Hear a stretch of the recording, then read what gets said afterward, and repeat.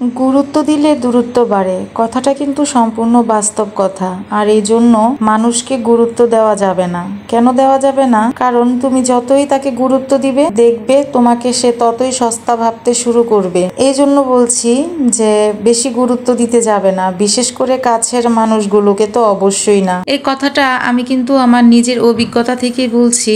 আমি এই অভিজ্ঞতা অর্জন করে তারপরে তোমাদের সাথে শেয়ার করলাম। আর এদিকে আমি বারান্দায় বসে বসে তোমাদের খুব সুন্দর দৃশ্য দেখাচ্ছি।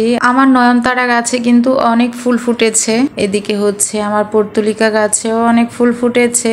ফুলে ফুলে আমার বারান্দাটা একদম ভরে গেছে। আমার কাছে তো দেখতে খুবই ভালো লাগছে। আর আমার পুদিনা গাছে এত এত পুদিনা পাতা হয়েছে, মাশাআল্লাহ যে কি বলবো। এই পুদিনা পাতা গাছ গত রমজান মাসে লাগানোর পরে আমি কিন্তু আর পুদিনা পাতা কিনে খাইনি। মানে পুরো রমজান মাস আমার এই গাছ থেকেই হয়ে গেছে।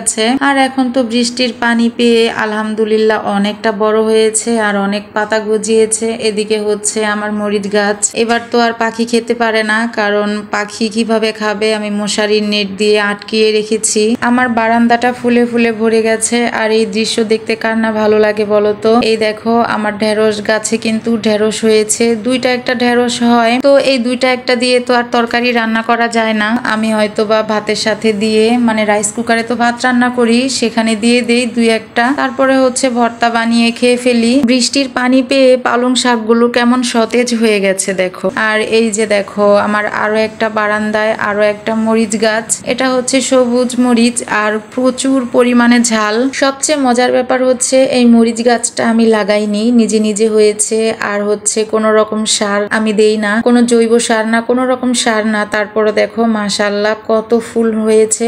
আর মোটামুটি ভাবে কিন্তু ভালোই মরিচ হয়েছে, ফুল এসেছে প্রচুর। আমরা কিন্তু এখন আর মরিচ কিনে খাই না। আর রাফির বাবা তো এখান থেকে নিয়ে প্রতিদিন দুপুরবেলা ভাত দিয়ে খায় এই কাঁচা মরিচ, কারণ ভীষণই ঝাল।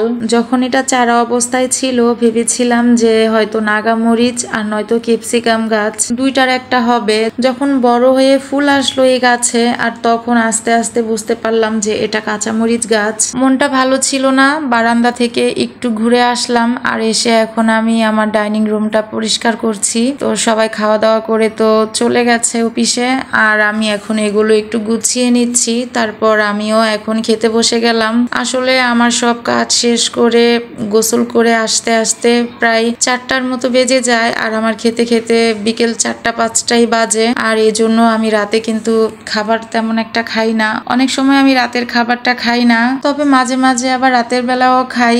বেশিরভাগ সময় কিন্তু আমি খাই না, যেহেতু আমার খেতে খেতে 4টা থেকে 5টা বেজে যায়। রাতে আর তেমন একটা খিদা পায় না, হয়তো হালকা পাতলা কোনো খাবার খেয়ে নেই। তো আজকে তেমন কিছু রান্না করিনি, ফ্রিজে বাজার নেই বললেই চলে, যেহেতু সামনে ঈদ, বাজার তেমন একটা করা হচ্ছে না। রাফির বাবা একদমই সময় পাচ্ছে না বাজার করার। বেগুন ভাজা, ডিম রান্না করেছি, সাথে ডালও রান্না করেছি। আর এই ছোট ছোট ডিমগুলো লেয়ার মুরগির ডিম, এগুলোও ডিমের সাথে দিয়ে রান্না করে ফেলেছি।